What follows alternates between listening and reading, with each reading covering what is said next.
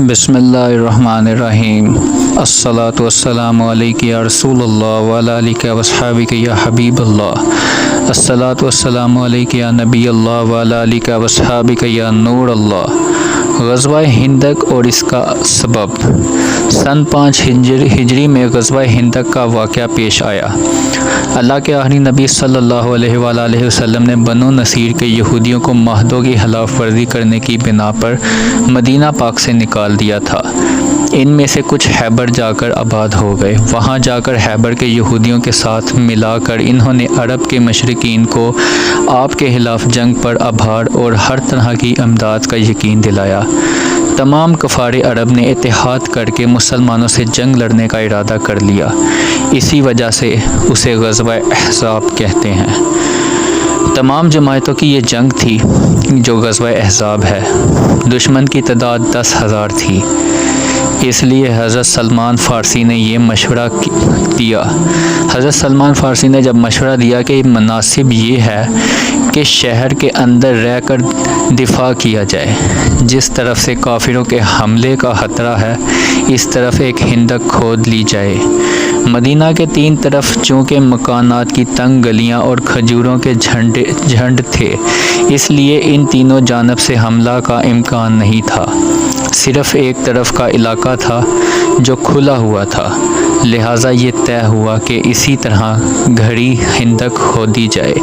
چنانچہ 8 ذوالقعدہ سن 5 ہجری کو اللہ کے آخری نبی صلی اللہ علیہ وآلہ وسلم 3,000 صحابہ کرام رضی اللہ تعالیٰ عنہ کو ساتھ لے کر خندق کھودنے میں مصروف ہو گئے۔ آپ نے خود اپنے مبارک ہاتھوں سے خندق کی حد بندی فرمائی اور 10 آدمیوں پر 10 گز زمین تقسیم فرما دی۔ تقریباً 20 دن میں یہ خندق تیار ہو گئی۔ خندق 300 میٹر لمبی اور 9 میٹر چوڑی تھی، جبکہ خندق کی گہرائی 5 میٹر تھی۔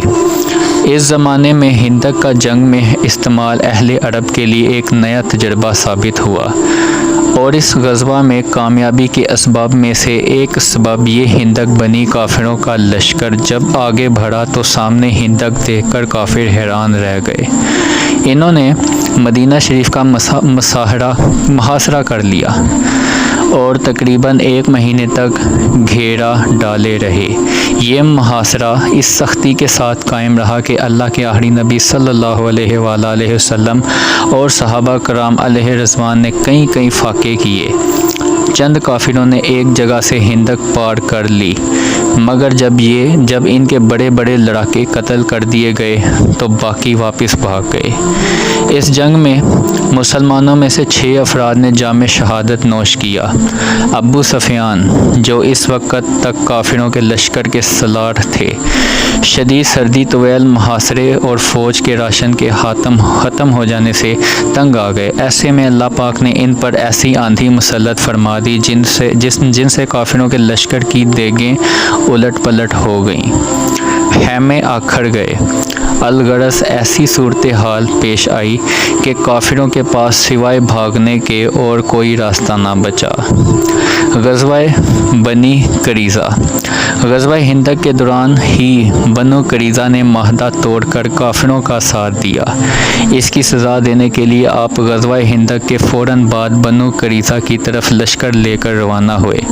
25 دن کے محاصرے کے بعد انہوں نے ہتھیار ڈال دیے اور کہا کہ حضرت سعد بن معاذ رضی اللہ تعالیٰ عنہ ان کے بارے میں جو فیصلہ کریں گے وہ یہ تسلیم کریں گے حضرت سعد کے فیصلے کے مطابق۔ ان کے لڑنے والوں کو قتل کر دیا گیا، خواتین اور بچوں کو قیدی بنا لیا گیا اور ان کی اموال کو مجاہدین میں تقسیم کر دیا گیا۔ یاد رہے کہ بنو قریظہ نے خود ہی حضرت سعد بن معاذ کو بطور سالت منتخب کیا اور پھر ان کے فیصلے پر عمل درآمد ہوا، جبکہ حضرت سعد کا فیصلہ بنو قریظہ کی مذہبی تعلیمات کی روشنی میں تھا۔ عمرہ کا ارادہ اور عجیب معجزات۔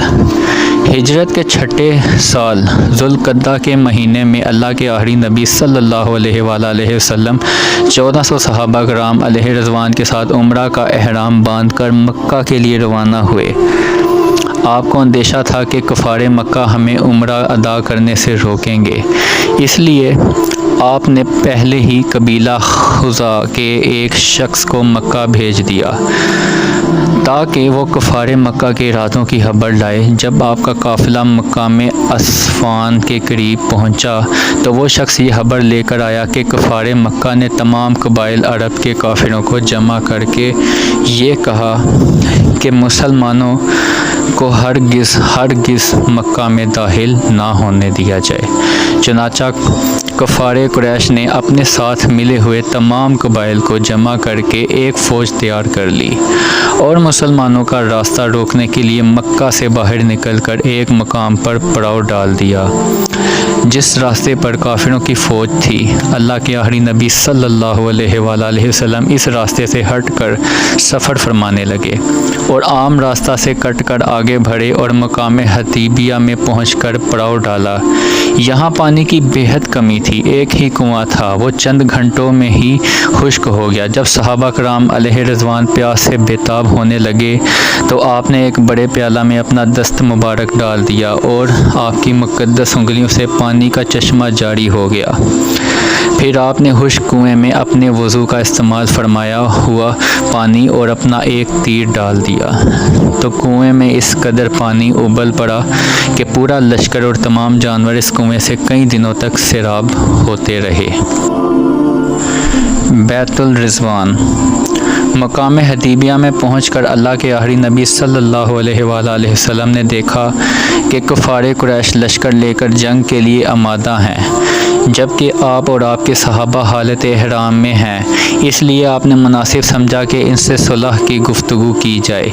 اسی کام کے لیے آپ نے حضرت عثمان غنی رضی اللہ تعالیٰ عنہ کو مکہ بھیجا۔ یہ شہر مکہ تشریف لے گئے اور کفار قریش کو صلح کی دعوت دی اور کافروں نے ان سے کہا کہ ہم آپ کو اجازت دیتے ہیں کہ آپ کعبہ کا طواف کریں، صفا و مروہ کی سعی کریں، لیکن ہم محمد صلی اللہ علیہ وسلم کو ہرگز کعبہ میں نہ آنے دیں گے۔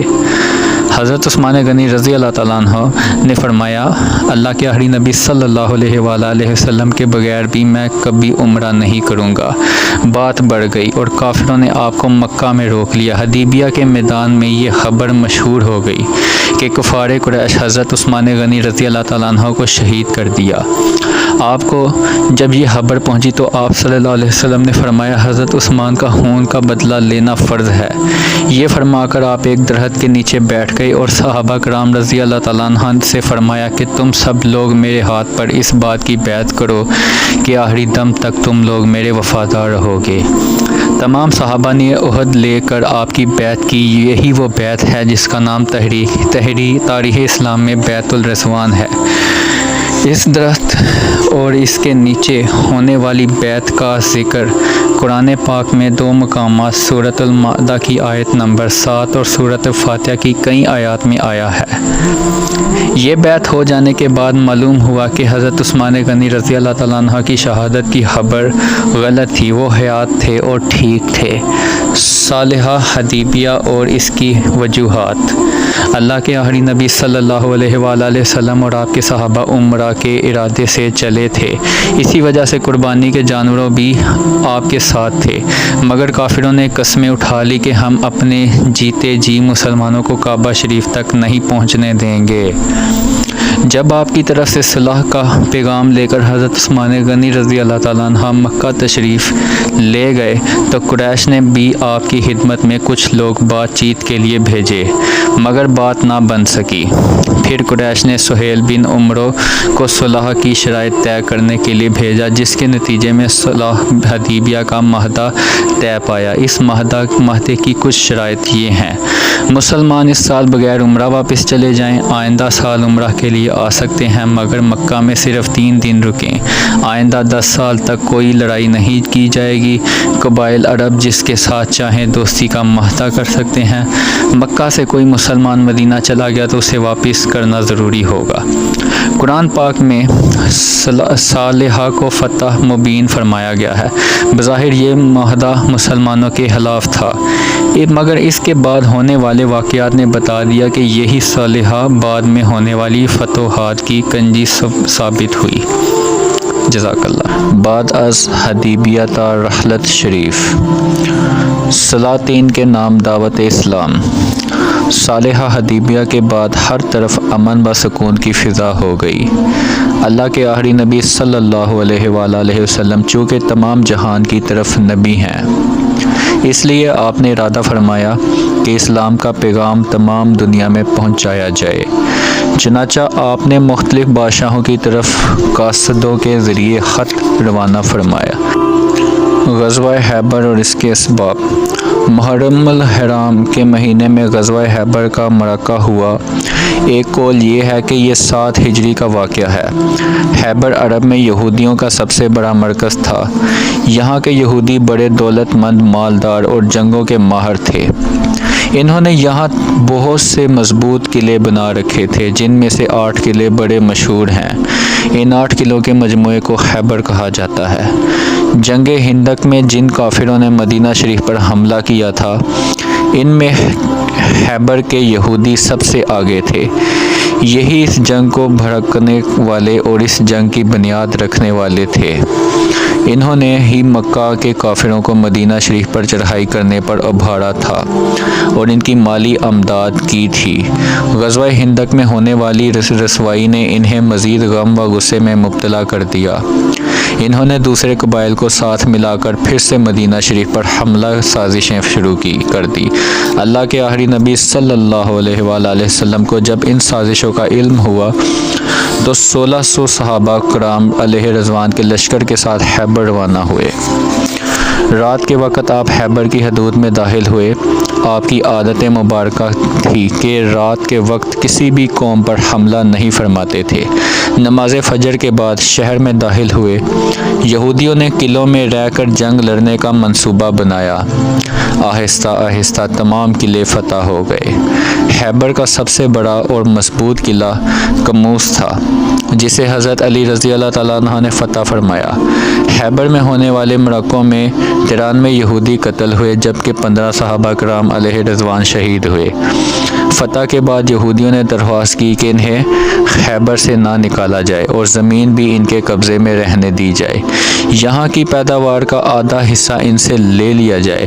اللہ کے آخری نبی صلی اللہ علیہ وآلہ وسلم نے ان کی درخواست منظور فرمائی۔ جب غلہ تیار ہو گیا تو آپ نے حضرت عبداللہ بن رواحہ رضی اللہ تعالیٰ عنہ کو اس کی تقسیم کے لیے بھیجا۔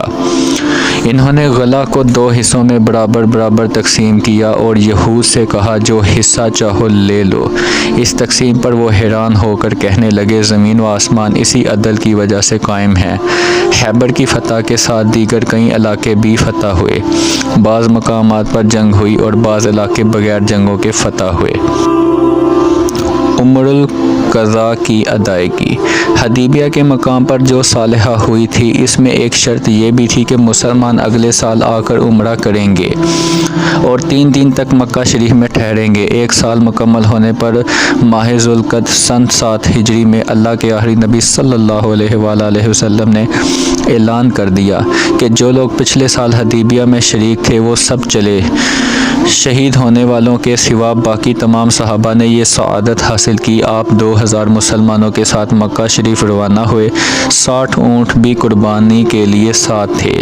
جب اللہ کے آخری نبی صلی اللہ علیہ وآلہ وسلم حرم مکہ میں داخل ہوئے تو بعض کفار قریب کے پہاڑوں پر چڑھے یہ منظر دیکھ رہے تھے۔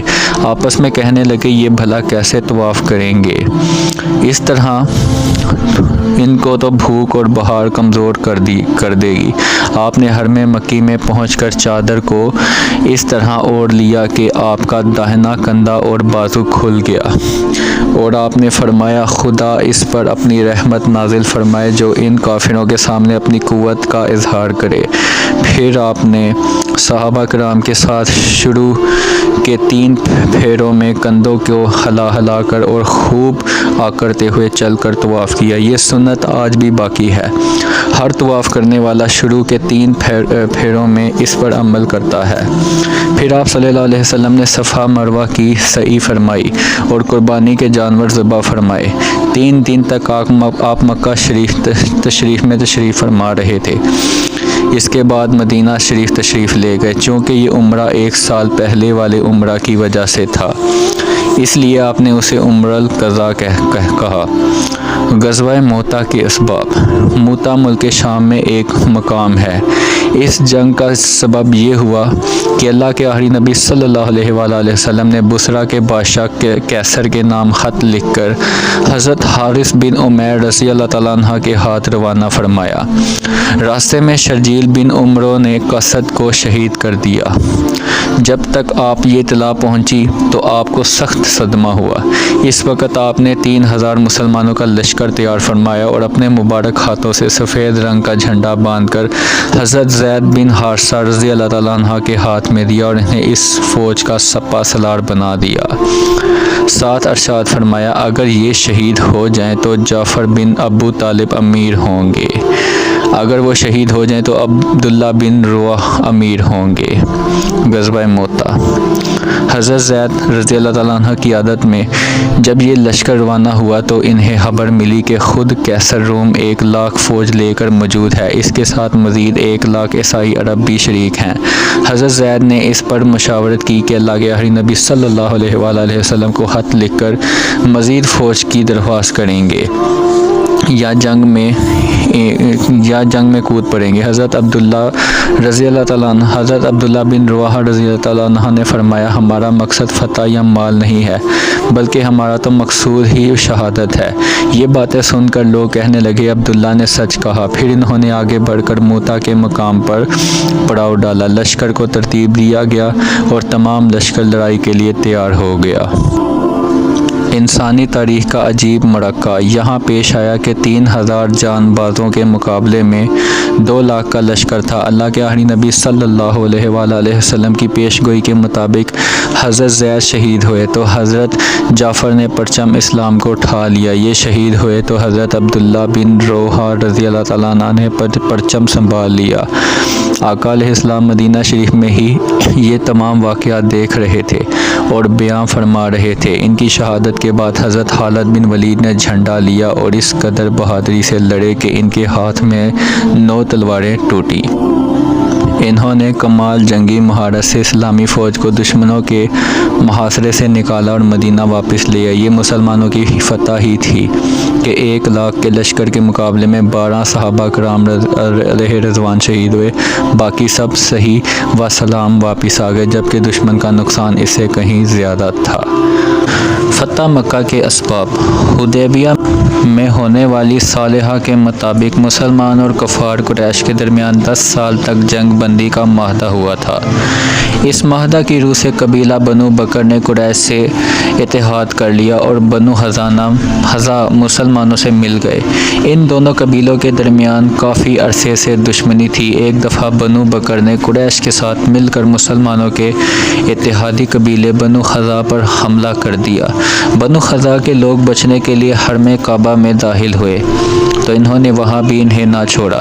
اس حملے میں بنو حذا کے 23 لوگ قتل ہوئے۔ بنو حذا نے رسول خدا صلی اللہ علیہ وآلہ وسلم سے مدد کی درخواست کی۔ آپ نے قریش کی طرف پیغام بھیجا کہ 3 میں سے کوئی بات مان لو، مقتولوں کی دیت ادا کرو، یا پھر بنو بکر سے اتحاد ختم کر دو، یا پھر یہ اعلان کر دو کہ حدیبیہ کا معاہدہ ختم ہو گیا ہے۔ یہ شرائط سن کر قریش کے نمائندے نے معاہدہ ختم کرنے کا اعلان کر دیا۔ اللہ کے آخری نبی صلی اللہ علیہ وآلہ وسلم کے قاصد کے واپس جاتے ہی قریش کو احساس ہو گیا کہ ان سے بڑی غلطی ہو گئی ہے۔ انہوں نے فوراً ابو سفیان کو پہلے کی طرح نیا معاہدہ کرنے مدینہ شریف روانہ کر دیا، مگر ان کی نہ سنی گئی۔ مایوس ہو کر ابو سفیان نے مسجد نبوی میں کھڑے ہو کر اپنی طرف سے معاہدہ کی تجدید کا اعلان کیا، مگر کسی نے بھی جواب نہ دیا۔ انہوں نے مکہ جا کر ساری صورتحال سردار ان قریش کے سامنے رکھ دی۔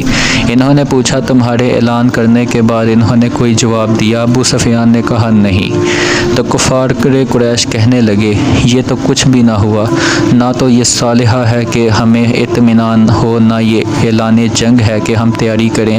اسی دوران اللہ کے آخری نبی صلی اللہ علیہ وآلہ وسلم نے بڑی رازداری اور خاموشی سے جنگ کی تیاری فرمائی۔ مقصد یہ تھا کہ اہل مکہ کو خبر نہ ہونے پائے اور بے خبری میں ان پر حملہ کیا جائے۔ رسول خدا کا مکہ میں داخلہ۔ اللہ کے آخری نبی صلی اللہ علیہ وآلہ وسلم ہجرت کے 8ویں سال رمضان المبارک کی 10 تاریخ کو کم و بیش 10,000 کا لشکر لے کر مکہ کی طرف روانہ ہوئے۔ بعض قبائل راستے میں ساتھ ہوئے تو لشکر کی تعداد 12,000 تک پہنچ گئی۔ مکہ میں داخلے سے پہلے رسول اللہ صلی اللہ علیہ وآلہ وسلم نے فوج کو 2 حصوں میں تقسیم فرمایا۔ ایک حصے میں آپ خود موجود تھے، جبکہ دوسرا حصہ حضرت خالد بن ولید رضی اللہ تعالیٰ عنہ کی سربراہی میں دے کر اسے دوسرے راستے سے مکہ میں داخلے کا حکم فرمایا۔ مکہ شریف کی زمین پر پہنچتے ہی آپ نے جو پہلا فرمان جاری فرمایا وہ یہ تھا: جو شخص ہتھیار ڈال دے گا اس کے لیے امان ہے، جو اپنا در و دروازہ بند کر لے اس کے لیے امان ہے، جو کعبہ میں داخل ہو جائے اس کے لیے امان ہے، جو ابو سفیان کے گھر داخل ہو جائے اسے امان ہے۔ آپ کے اس اعلان رحمت نشان سے ہر طرف امن و امان کی فضا پیدا ہو گئی۔ خون کا ایک قطرہ بھی بہنے کا امکان نہ رہا، لیکن قریش کے بعض افراد نے حضرت خالد بن ولید رضی اللہ تعالیٰ عنہ کے لشکر پر حملے کر دیا، جس سے 3 مسلمان شہید ہوئے اور کم و بیش 12 کافر بھی قتل ہوئے۔ آپ نے جب دیکھا کہ تلواریں چل رہی ہیں اور تیر پھینکے جا رہے ہیں تو اس بارے میں پوچھا کہ جنگ سے منع کرنے کے باوجود تلواریں کیوں چل رہی ہیں؟ تو عرض کی گئی پہل کفار کی طرف سے ہوئی۔ آپ صلی اللہ علیہ وسلم نے فرمایا، رب کی تقدیر یہی ہے کہ خدا نے جو چاہا وہی بہتر ہے۔ اللہ کے آخری نبی صلی اللہ علیہ وآلہ وسلم فتح مکہ بن گئے، مگر آپ کی عاجزی کا یہ عالم تھا کہ سورہ فاتحہ کی آیات تلاوت فرماتے اس طرح سر مبارک جھکا کر اونٹنی پر بیٹھے ہوئے تھے کہ آپ کا سر اونٹنی کے پلان سے لگتا تھا۔ آپ نے اونٹنی کو بٹھایا، طواف کیا اور ہجرہ سود کو بوسہ دیا، پھر حکم دیا کہ بیت اللہ شریف سے تمام بت نکال دیے جائیں۔ جب تمام بتوں سے کعبہ پاک ہو گیا تو آپ اندر تشریف لے گئے اور بیت اللہ کے تمام گوشوں میں تکبیر پڑھی اور 2 رکعت نماز ادا فرمائی۔ رسول خدا کا کریمانہ برتاؤ۔ اس کے بعد آپ نے حرم کعبہ میں دربار عام لگایا، جس میں افواج اسلام کے ساتھ ہزاروں کافر بھی موجود تھے۔ ان کافروں میں وہ لوگ بھی تھے جنہوں نے آپ پر اور آپ کے صحابہ پر ظلم و ستم کے پہاڑ توڑے، راہ میں کانٹے بچھائے، جسم اطہر پر نجاستیں ڈالیں، فتلانہ حملے کیے، آپ کے صحابہ کو شہید کیا، مکہ چھوڑنے پر مجبور کیا، آپ پر بہتان لگائے اور گالیاں دی۔ الارض وہ کون سا تھا ظلم جو انہوں نے نہ کیا ہو؟ آج وہ سب کے سب مجرموں کی حیثیت سے آپ کے سامنے تھے۔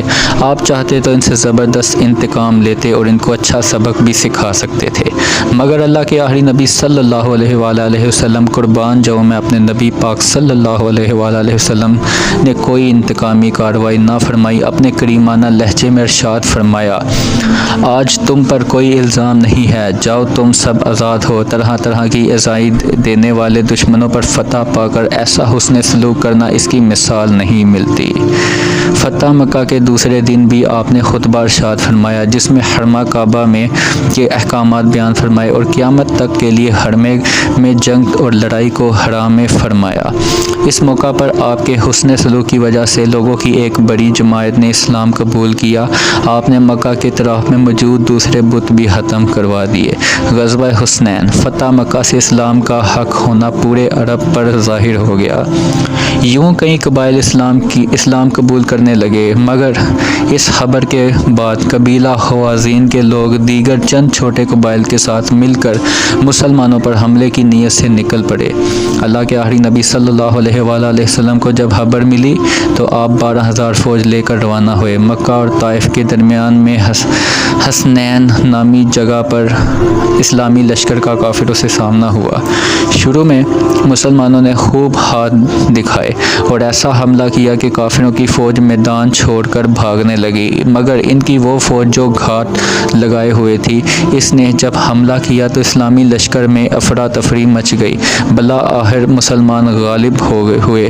اس غزوہ میں ہزاروں قیدی اور ڈھیر مال غنیمت مسلمانوں کے ہاتھ آیا۔ اس کے بعد اللہ کے آخری نبی صلی اللہ علیہ وآلہ وسلم طائف کی طرف روانہ ہوئے۔ طائف کے قلعے کا محاصرہ کیا۔ محاصرہ 2 ہفتے سے زائد جاری رہا مگر خاطر ہوا فائدہ نہ ہوا، تو آپ نے محاصرہ ختم کرنے کا حکم دیا اور دعا فرمائی کہ اے اللہ توصیف یعنی طائف والوں کو ہدایت عطا فرما۔ دعائے نبی کی برکت سے 9 ہجری میں طائف کے لوگ مسلمان ہو گئے اور ان کی درخواست پر تمام قیدیوں کو چھوڑ دیا گیا۔ طائف سے واپسی پر غزوہ حنین کے مال غنیمت، یہ جو میں نے ابھی نام لیا ہے نا حسنین، یہ ایکچولی حسنین نہیں ہے، حنین ہے، معذرت کے ساتھ۔ حنین کے مال غنیمت کو آپ نے مسلمانوں میں تقسیم فرمایا۔ آپ نے 2 ہفتوں سے زائد مکہ شریف میں قیام فرمایا اور اس کے بعد واپس مدینہ شریف تشریف لے گئے۔ غزوہ بطوق، ہجرت کے 9ویں سال ماہ رجب میں غزوہ بطوق کا مراقہ پیش آیا۔ مدینہ اور شام کے درمیان ایک جگہ ہے جس کا نام تبوک ہے، اسے جیش السراتا بھی کہا جاتا ہے۔ اس کا سبب یہ بنا کہ مدینہ میں خبر پہنچی کہ رومیوں اور عرب عیسائیوں نے مدینہ پر حملہ کرنے کے لیے ایک بڑی فوج تیار کر لی۔ اس کا مقابلہ کرنے کے لیے اللہ کے آخری نبی صلی اللہ علیہ وآلہ وسلم نے فوج تیار کی اور حکم دیا فوج تیار کرنے کا۔ اس وقت پورے حجاز میں شدید قحط تھا، سخت گرمی تھی اور گھر سے نکلنا مشکل بھی تھا۔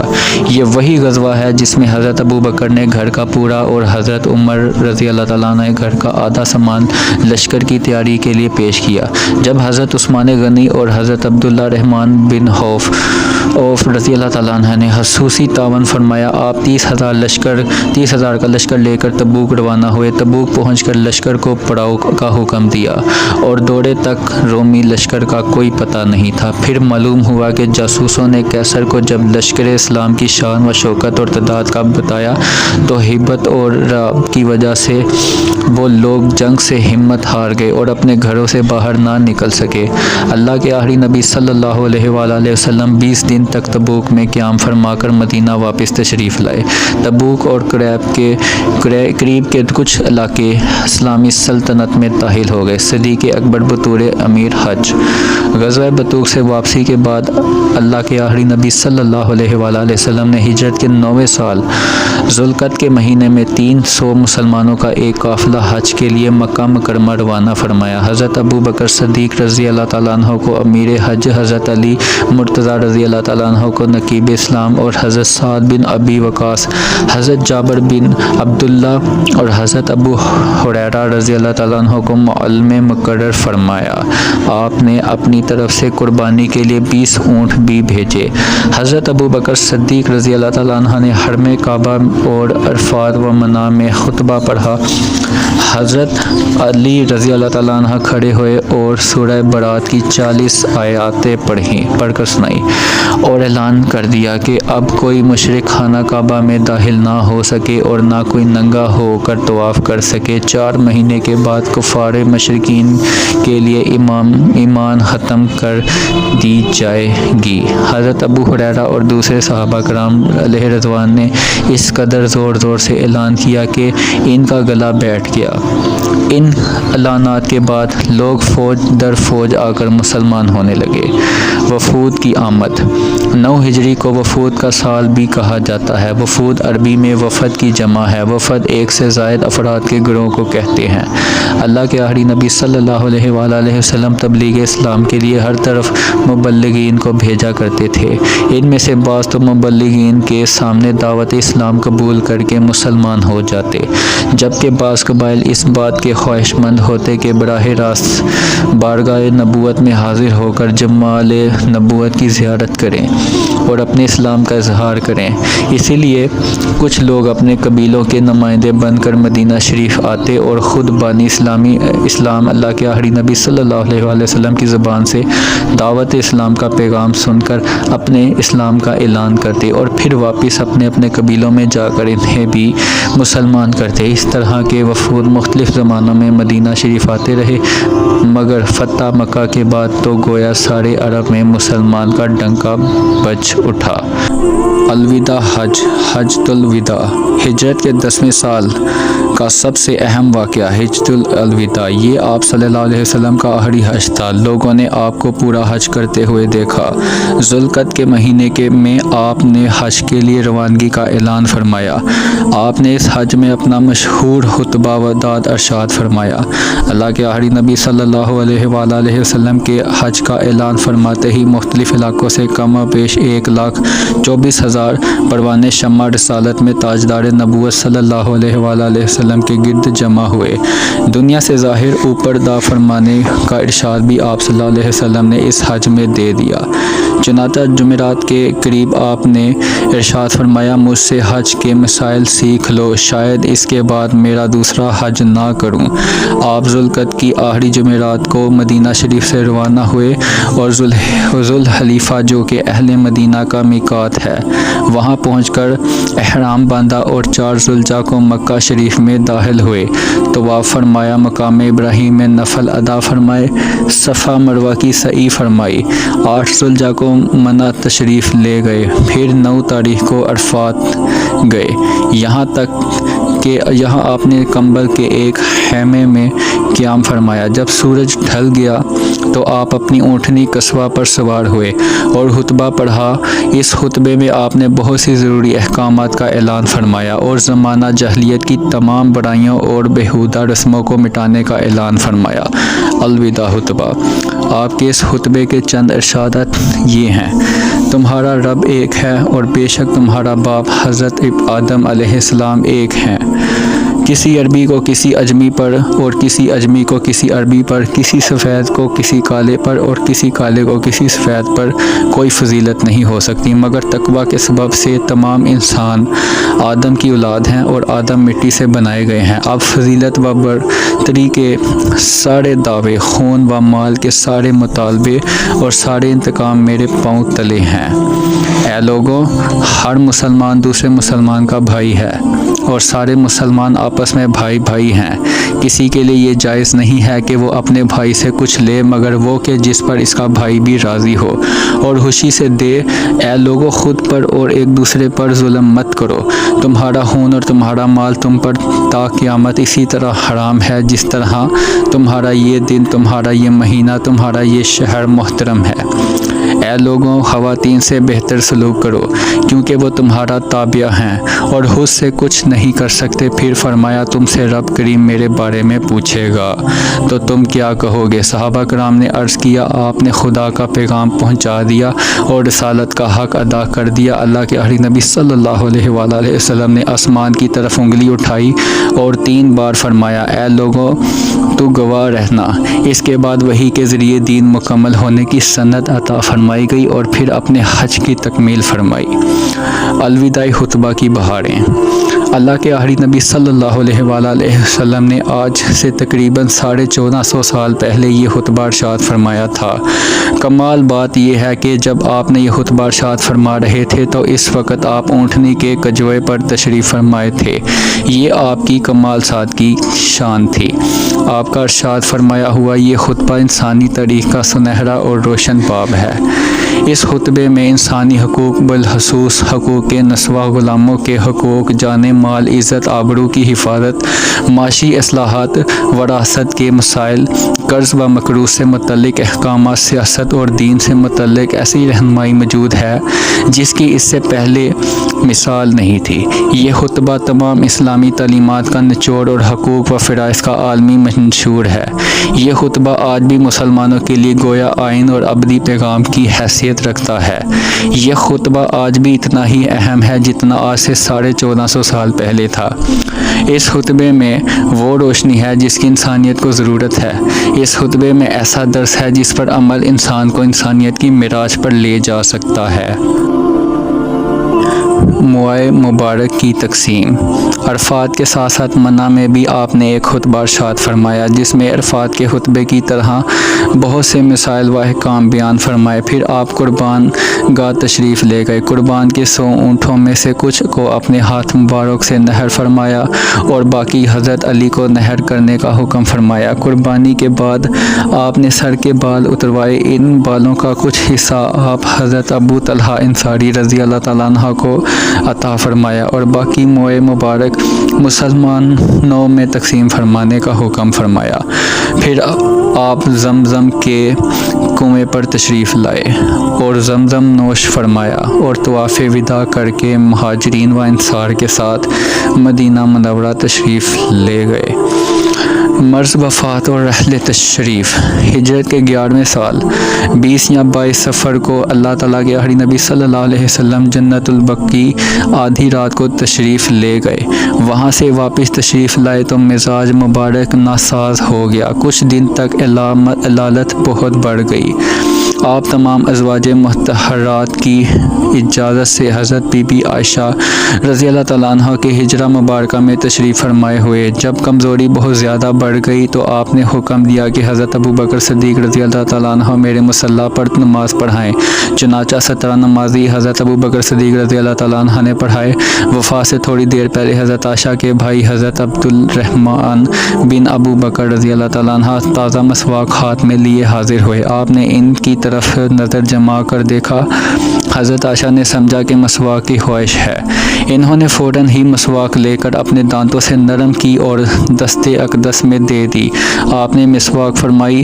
پیر کے دن ربیع الاول کے مہینے میں آپ نے رحلت فرمائی۔ مشہور قول کے مطابق 12 ربیع الاول ہجرت کے 11ویں سال آپ نے ظاہری طور پر اس دنیا سے پردہ فرمایا۔ آپ کے وصال ظاہری سے صحابہ کرام کو بڑا صدمہ ہوا۔ آپ کی وصیت کے مطابق آپ کے اہل بیت و اہل خاندان نے آپ کی تجزیہ و تفکین کی خدمت انجام دی۔ آپ کا جنازہ مبارکہ حجرہ شریف کے اندر ہی رہا۔ حضرت عباس رضی اللہ تعالیٰ عنہ کی نماز جنازہ ادا کرنے کی تفصیل یوں بیان فرمائی گئی کہ جب اللہ کے آخری نبی صلی اللہ علیہ وآلہ وسلم وصال فرما گئے تو مرد داخل ہوئے اور انہوں نے بغیر امام کے انفرادی طور پر صلوات و سلام پڑھا۔ پھر عورتیں داخل ہوئی تو انہوں نے بھی آپ پر صلوات و سلام پڑھا۔ پھر بچے گئے، انہوں نے بھی ایسے ہی کیا۔ پھر غلام گئے، انہوں نے بھی صلوات و سلام پڑھا۔ کسی نے بھی آپ پر امامت نہ کروائی۔ شروع میں صحابہ کرام رضوان رضی اللہ تعالیٰ عنہ میں اختلاف ہوا کہ آقا کریم صلی اللہ علیہ وسلم کو کہاں دفن کیا جائے۔ اس موقع پر حضرت ابو بکر صدیق رضی اللہ تعالیٰ عنہ فرمایا، میں نے رسول صلی اللہ علیہ وسلم سے یہ سنا کہ ہر نبی اپنی وفات کے بعد اس جگہ دفن کیا جاتا ہے جس جگہ اس کی وفات ہوئی ہو۔ اس حدیث کو سن کر لوگوں نے اسی جگہ حجرہ عائشہ میں آپ کی قبر تیار کی اور آپ اسی میں مدفون ہوئے۔ حضرت ابو طلحہ انصاری نے بغلی قبر شریف تیار کی۔ حضرت علی، حضرت فضل بن عباس، حضرت قاسم بن عباس، حضرت عباس رضی اللہ تعالیٰ عنہ نے جسم اقدس کو قبر منورہ میں اتارا۔ کثرت سے وفود آنے کی وجہ۔ بہت سے قبائل پہلے ہی اسلام کی حقانیت کے قائل ہو چکے تھے مگر قریش کے ڈر اور دباؤ کی وجہ سے اسلام قبول نہیں کر سکتے تھے۔ فتح مکہ نے اس رکاوٹ کو دور کر دیا۔ اب اسلام کی تعلیمات اور قرآن کے مقدس پیغام نے ہر ایک کے دل پر سکہ بٹھا دیا، جس کا نتیجہ یہ نکلا کہ وہ لوگ جو پہلے اسلام کی بات سننا گوارا نہیں کرتے تھے اب پروانوں کی طرح شمع رسالت مصطفیٰ جان رحمت صلی اللہ علیہ وآلہ وسلم پر نثار ہونے لگے۔ سچے نبی کی تعلیمات اور کردار سے متاثر ہو کر یہ لوگ گروہ در گروہ آپ کی خدمت میں درا در سے وفود کی صورت میں حاضر ہوتے اور اپنی خوشی سے قبولیت اسلام کی سعادت پا کر شرف صحابیت کا تاج سر پر سجا کر ہمیشہ کی سعادتیں اپنے مقدر میں لکھواتے۔ فتح مکہ کے بعد 9 ہجری میں تو اتنی کثرت سے وفود آئے کہ اس سال کا نام ہی سنۃ الوفود یعنی وفود کے آنے کا سال پڑ گیا۔ ایک قول کے مطابق اس سال تقریباً 60 وفود حضور علیہ السلام کی بارگاہ میں حاضر ہوئے۔ آپ قبائل سے آنے والے وفود کے استقبال اور ان سے ملاقات کے لیے خاص اہتمام فرماتے۔ ہر وفد کے آنے پر آپ نہایت عمدہ کپڑے زیب تن فرما کر تشریف لاتے۔ ان سے ملاقات کے لیے مسجد نبوی میں ایک ستون سے ٹیک لگا کر نشست پر فرماتے، پھر ایک وفد سے ہندہ پیشانی کے ساتھ گفتگو فرماتے اور ضروری عقائد و احکام اسلام کی تعلیم و تلقین بھی فرماتے۔ ان مہمانوں کو اچھے سے اچھے مکانوں میں ٹھہراتے، ان کی مہمان نوازی کا خاص خیال فرماتے اور ہر وفد کو تحائف بھی عطا فرماتے۔ وفد کندہ، ان وفود میں سے ایک وفد کندہ تھا۔ یہ لوگ یمن کے اطراف میں رہتے تھے۔ اس قبیلے کے 70 یا 80 افراد بہت سج و دھج کے مدینہ آئے، بالوں میں کنگھی ریشم کے جیے پہنے، جسم پر ہتھیار سجائے، یہ مدینہ شریف کی آبادی میں داخل ہوئے۔ جب یہ لوگ بارگاہ رسالت میں حاضر ہوئے تو اللہ کے آخری نبی صلی اللہ علیہ وآلہ وسلم نے ان سے پوچھا، کیا تم نے اسلام قبول کر لیا؟ سب نے عرض کی، جی ہاں۔ آپ صلی اللہ علیہ وآلہ وسلم نے فرمایا، پھر تم نے ریشمی لباس کیوں پہن رکھا ہے؟ یہ سنتے ہی ان لوگوں نے ریشمی جبوں کو جسموں سے اتار دیا اور ریشم بقیہ ٹکڑے بھی لباسوں سے پھاڑ کر جدا کر ڈالے۔ وفد فزارہ، ان میں سے ایک وفد فزارہ تھا۔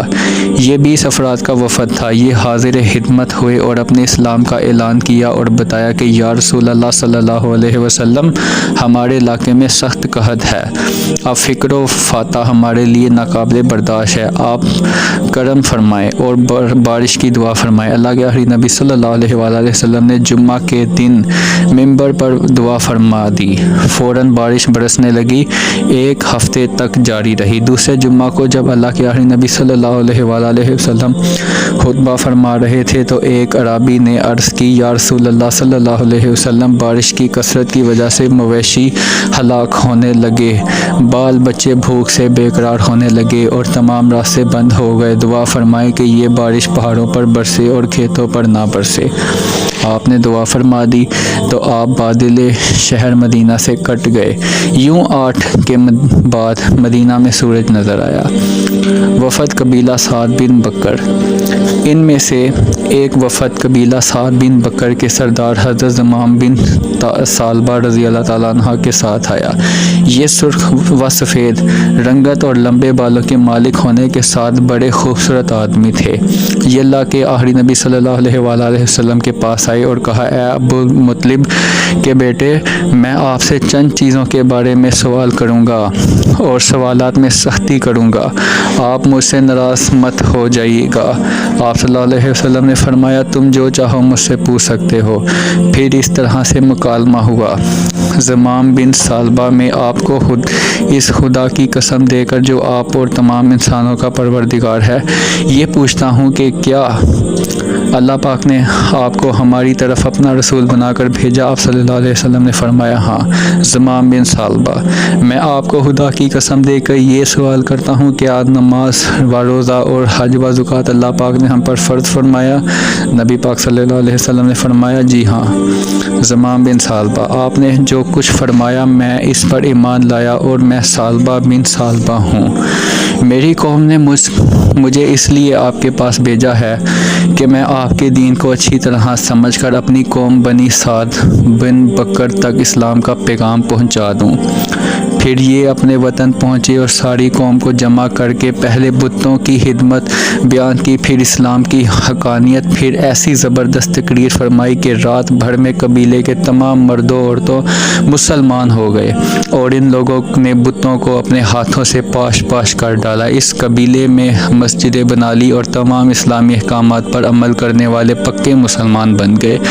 اور بھی کئی وفد اللہ کے آخری نبی صلی اللہ علیہ وآلہ وسلم کی بارگاہ میں حاضر ہوئے اور دولت ایمان سے مشرف ہوئے۔ دوستوں، شمائل اور فضائل کا بیان۔ حلیہ مبارک حضرت محمد صلی اللہ علیہ وآلہ وسلم کا حضرت انس رضی اللہ تعالیٰ عنہ فرماتے ہیں کہ اللہ کے آخری نبی صلی اللہ علیہ وآلہ وسلم کا جسم اطہر بہت نرم و نازک تھا۔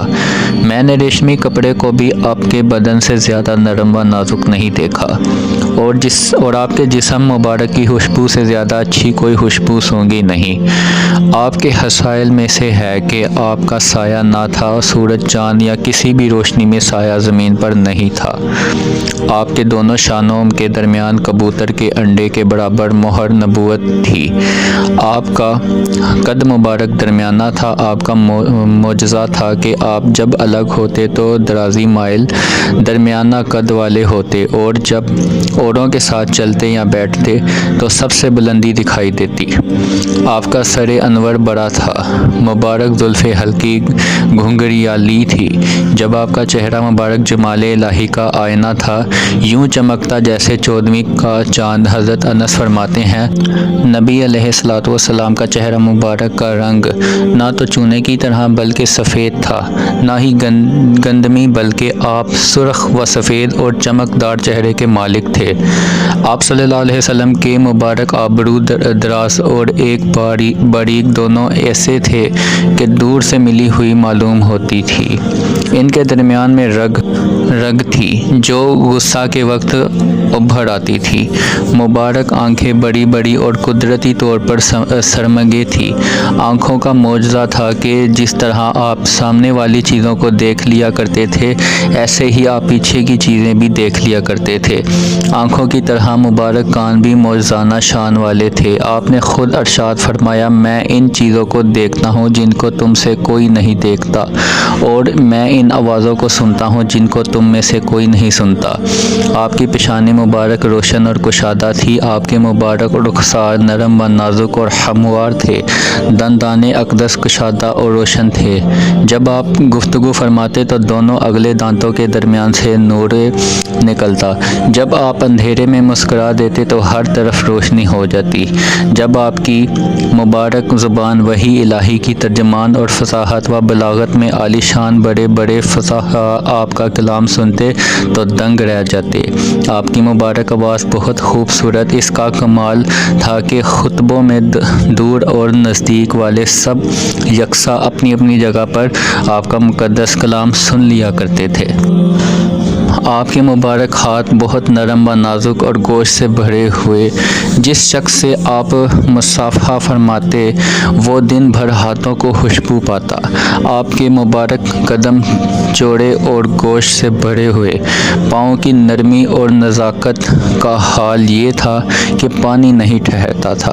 آپ چلنے میں بڑے وقار سے قدم شریف کو زمین پر رکھتے۔ جب چلتے تو یوں لگتا جیسے اوپر سے نیچے اتر رہے ہیں۔ ہر قدم جما کر رکھتے۔ پسندیدہ غذائیں۔ حضرت محمد صلی اللہ علیہ وسلم کی جو پسندیدہ غذائیں ہیں، اللہ کے آخری نبی صلی اللہ علیہ وآلہ وسلم کی حیات مبارکہ سادگی وضاحت کا مکمل نمونہ تھی، اس لیے کبھی لذیذ غذاؤں کی طرف توجہ نہیں فرمائی، یہاں تک کہ زندگی بھر کبھی چپاتی تناول نہ فرمائی۔ اس کے باوجود آپ کے غذا کے بارے میں بڑے نفیس مزاج کے مالک تھے۔ عرب میں ایک کھانا جو گھی، نپیر اور کھجور ملا کر پایا جاتا ہے، اسے حیث کہتے ہیں۔ اسے آپ بڑی رغبت سے تناول فرماتے۔ سالنوں میں آپ کو گوشت، سرکے، شہد، روغن زیتون اور کدو شریف خصوصیات کے ساتھ مرغوب تھے۔ کھجور اور ستوں بھی باکثرت تناول فرماتے۔ آپ کو ٹھنڈا میٹھا پانی بہت مرغوب تھا۔ دودھ میں کبھی پانی ملا کچھی لسی بنا کر اور کبھی خالص دودھ نوش فرماتے۔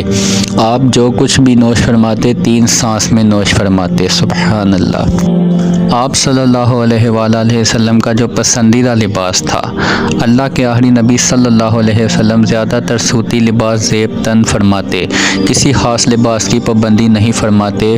جبہ، قبا، پیر، ہن، تہند، خلا، چادر، امامہ، ٹوپی، موزہ، ان سب کو آپ نے شرف بخشا اور زیب تن فرمایا ہے۔ رنگوں میں سفید کپڑا آپ کو زیادہ پسند تھا، ایک روایت کے مطابق سبز رنگ بھی آپ کو بہت پسند تھا۔ مبارک سواریاں۔ رسول اللہ صلی اللہ علیہ وآلہ وسلم کو گھوڑے کی سواری بہت پسند تھی، اس کے علاوہ آپ نے اونٹ، خچر اور دراز گوش پر بھی سواری فرمائی۔ عادات و اخلاق مبارک۔ حسن صورت کے ساتھ حسن سیرت میں بھی آپ بے مثال و بے مثال تھے۔ آپ کمزوروں کی مدد فرمانے والے تھے، اپنوں تو کیا دشمنوں پر بھی نرمی فرماتے تھے۔ عاجزی و انکساری فرمانے والے، اپنی ذات کے لیے نہ غصہ کرتے نہ انتقام لیتے، مریضوں کی عیادت فرماتے، غم زدوں کی غم خواری فرماتے، امیر ہو یا غریب سب سے یکساں برتاؤ فرماتے، سب کی دعوت قبول فرماتے، اپنا کام اپنے ہاتھ سے کرنا پسند فرماتے، تمام جہان میں سب سے بڑھ کر عادل اور پاک دامن تھے۔ آپ ٹھہر ٹھہر کر بڑے وقار سے گفتگو فرماتے، گفتگو میں اتنی روانی اور نکھار ہو تاکہ کوئی جملے گننا چاہتا تو گن سکتا تھا۔ آپ بڑے حیادار تھے، آپ کی امانت و صداقت کے دشمن بھی متعارف تھے۔